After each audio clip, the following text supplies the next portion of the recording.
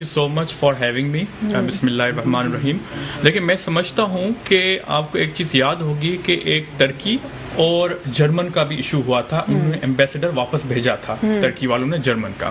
تو اب یہی صورتحال جب ہم دیکھتے ہیں کہ پی ٹی آئی کی ان ایکسپیرینسڈ اور ان ایفیشینٹ گورنمنٹ کے باعث ہوا ہے, تو اگر ہم بھیجتے ہیں فار انسٹنس, تو یہ آپ نے جو انٹروڈکشن میں بات صحیح کہی, ان کے پاس ویٹو پاور ہے. آبویسلی ٹریڈ میں پھر کافی مشکلات آ سکتی ہیں پاکستان میں, کیونکہ ہماری ڈپینڈنسی ہے جو بھی ٹیکسٹائل انڈسٹریز ہے, ہم سارے ایکسپورٹس وہاں کرتے ہیں, یورپین یونینس میں کرتے ہیں. اور ایز سچ 27 کنٹریز ہیں ای یو کی.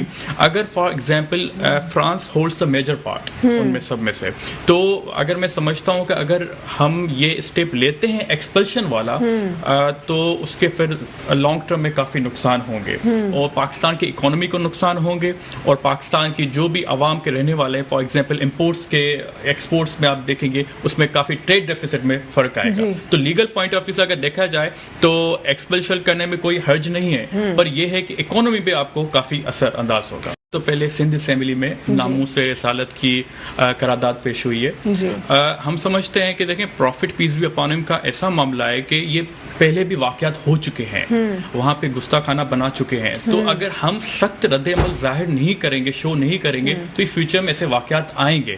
اور جہاں کی رہی بات کہ پیپلز پارٹی یا اپوزیشن کوئی بیشنگ کر رہی ہے, ہم بیشنگ جو کرتے ہیں وہ جو ان کے حقائق ان پہ مبنی کرتے ہیں. آپ دیکھیں انفلیشن ریٹ 9% سے ابو ہے, ان امپلائمنٹ ہے, فارن ریمیٹنس جو خان صاحب وعدہ کرتے تھے وہ ابھی تک یہاں پہ کوئی بھیج نہیں رہا پیسے, ٹریڈ ڈیفیسٹ دیکھیں, یا جو بھی جاب اپرچونیٹیز ہے. پیپلز پارٹی کا جو مین مقصد تھا, جو سیشن سے نہ جانے کا جو انہوں نے ڈیسیجن کیا تھا, وہ اس وجہ سے کیا تھا کیونکہ شروع میں ایک جو بھی کنسنسس ہوتا ہے, جو گورنمنٹ ہوتی ہے, اپوزیشن ہوتی ہے, آن بورڈ ہوتی ہے, کوئی بھی مسائل جو پورے نیشن یا اسٹیٹ کو فرق کر رہی ہے یا ڈیوالو کر رہی ہے ان کو.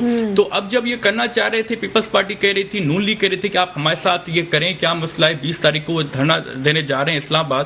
تو انہوں نے اتنا ہوش کے ناخن نہیں لیے. پھر ابھی جو ان پہ خود پرابلم کریٹ کیا, پھر اس کو ورسن کیا, پھر کمپرومائز کرنا پڑا پی ٹی آئی کی گورنمنٹ کو. اب پیپلز پارٹی نے کہا کہ جب ہم ڈیموکریسی کی بات کرتے ہیں تو اس میں اپوزیشن کا بڑا کردار ہوتا ہے, کیونکہ وہ اسکروٹنی کرتی ہے گورنمنٹ کے آفیشلز کو.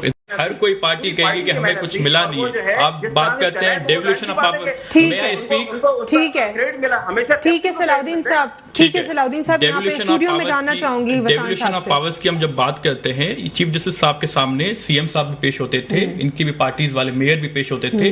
وہاں پہ تو یہ سارے میئر صاحب کہتے تھے مجھے ہر چیز ملتی ہے. ان سے پوچھیں کہ آپ لوکل گورنمنٹ کے منسٹر کے پاس آپ سارا دن بیٹھے ہوتے تھے, آپ کہتے ہیں کہ ہمارے پاس کچھ وسائل نہیں ہے. یا تو ڈویل پالیسی نہیں کرے نا, وہ لینے کے لیے بیٹھے ہوتے تھے, آپ کو پتہ ہی نہیں ہے وہ کیا کیا لے کے جاتے تھے, آپ کو دیتے ہی نہیں ہوں گے شاید. پھر تو یہی پرابلم ہے نا پاکستان کی, ہر کوئی بلیم گیم کرتا ہے, رسپانسبلٹی کی کوئی لیتا ہی نہیں ہے. میں سمجھتا ہوں کہ دیکھیں آپ تو ابھی پارٹی, اب آپ نے اتنی سیٹیں نہیں لی, اب آپ پی ٹی آئی کی بات کریں, 14 MNAs ہیں, ان کو پیسے نہیں ملتے ہوں گے.